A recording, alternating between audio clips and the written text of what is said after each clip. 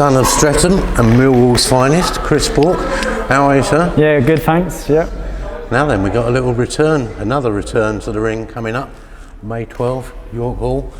Only 6 rounds, but you've got to be pleased with that, haven't you? Yeah, definitely. You know, got the sort of fairly short notice fight like a month ago, and I'm back in the ring again. So that's what I want. I want to be busy and sort of make up for lost time, really.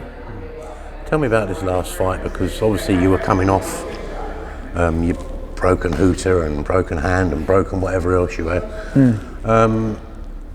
Did you feel any trepidation or any sort of different feelings coming in off a loss with all those injuries? Yeah, I feel like there was just a lot of pressure, and I felt like I had a lot of, you know, I could feel like there was a bit of ring rust. It felt like a long time since I'd been in that position under the lights again, and it was just eager and wanting to perform and be exciting, really. So there was pressure, but you know, it's part of boxing, there's pressure of every fight anyway.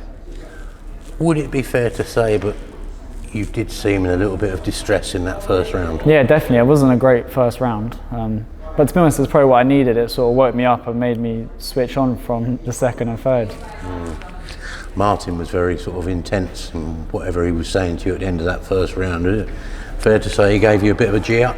Yeah, you know, just sort of reminded me what we've been doing in the gym, and it wasn't that first round. So yeah, it was what I needed to hear and sort of get me back on track, really. Turned it around quick though, didn't you? Yeah, yeah. And you've got to be pleased with that. I mean, definitely, you know, yeah, and he's a good. He's not a bad kid. Like, good fighter. He's got a knockout in him himself, hasn't he? Yeah, you think he won maybe 8 fights, 7 of them by knockout, so he can whack. And he's been in with some much bigger boys than me, so you know, I'm pleased to get the stoppage. Bantamweight. How was that?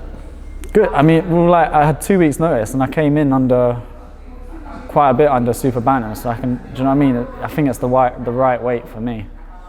How do you go about it? I mean, when you decide, right, I'm going to drop down a weight, I mean, is it a lifestyle change? Is it just a dietary change? Is there a change in training? What's the sort of mechanics of it? I think for me, it's mainly just a dietary change. Like, I've never had a dietitian or anything like that, and I've always eaten all right, but I sort of get a bit stricter closer to a fight. But I think with dropping this extra weight class, it's just being a little bit cleaner on day-to-day life, really. So it's not a major difference. It's maybe getting a dietitian involved and just.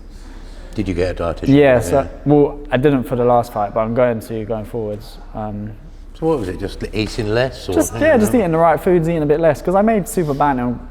I mean, it was a bit hard, but it wasn't like crazy. So I knew, and when I jump on the scales, I knew there was a bit of weight there that could still go. Like, sometimes I'll jump on the scales after having breakfast, and I'd make the weight on the day, you know. So it's just little things like that. I knew I could do the weight below. Did you feel different when you was in there? Nah. Didn't feel smaller or? Nah. I probably weighed. I was going to say though. Yeah, I probably weighed the same as when you clocked it back up the next day. I mean, you're probably the same weight as you would have been anyway. Exactly. Yeah. I've probably gotten the same weight as I would have been if I'd weighed in at super bantam.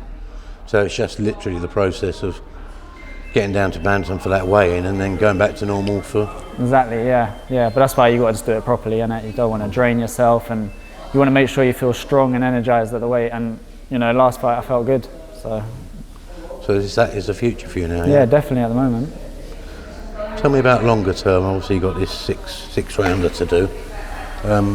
As I spoke of you've had any thoughts about the way you'd like to attack this bantamweight division? Yeah, just, you know, I just want to grab these belts and move through the ranks. You know, I want to get a British if I can. Ultimately, I want to get whatever steps will take me to get to that world title shot. And you know, I leave it to my team, but ideally after this fight, I'd like some titles that are going to get me some world rankings and can push me up them rankings to fight for the big titles. I must admit, I haven't studied it closely, but is it a bit more open up to European level with McGregor having moved up now? Yeah, definitely. Well, you know, super bantam's crazy competitive anyway, and bantamweight there's not as much, and I think there's a bit of an opening for me to just. Because he had the European, he had the British. Exactly, yeah. I know he gave up the British, so. Yeah. Has anyone fought for that yet? Yeah, Sean McGoldrick. He's the British and Commonwealth. Yeah. You'd love that fight. I would, yeah, and I've said it, but just haven't heard anything back. So you think it's a division you can move fairly quickly? Yeah, I just want to breeze through these like no disrespect to him, but I just want to get these titles and just move forward to the next title and move to the next title and just get these big titles under my name. Do you think that's you now, bantamweight, or is it potentially one day you see yourself coming back to super bantamweight? Well, the thing is, I'm not even really a small super bantam, so probably at some point I could go back up, but at the moment there's no need for me. I can make bantam comfortable. Ideally, I'd like to win a world title at bantam and then go up to super bantam and try to do the same thing. So you're not obsessed about reversing a loss and stuff like that? You just let that go? See what happens, you know what I mean? I'd like her to avenge it, but if that's not what's going to get me to them titles and to the big fights, then it's not in my way, really. Do you know what I mean? I always say I just leave it to my team and mine to tell me what fights to take, and I just train hard. All right, Chris, well, good luck. We look forward to seeing you on May the 12th at the good old York Hall. Yeah, that's it, yeah. And up the Millwall. Yep, come on, boys.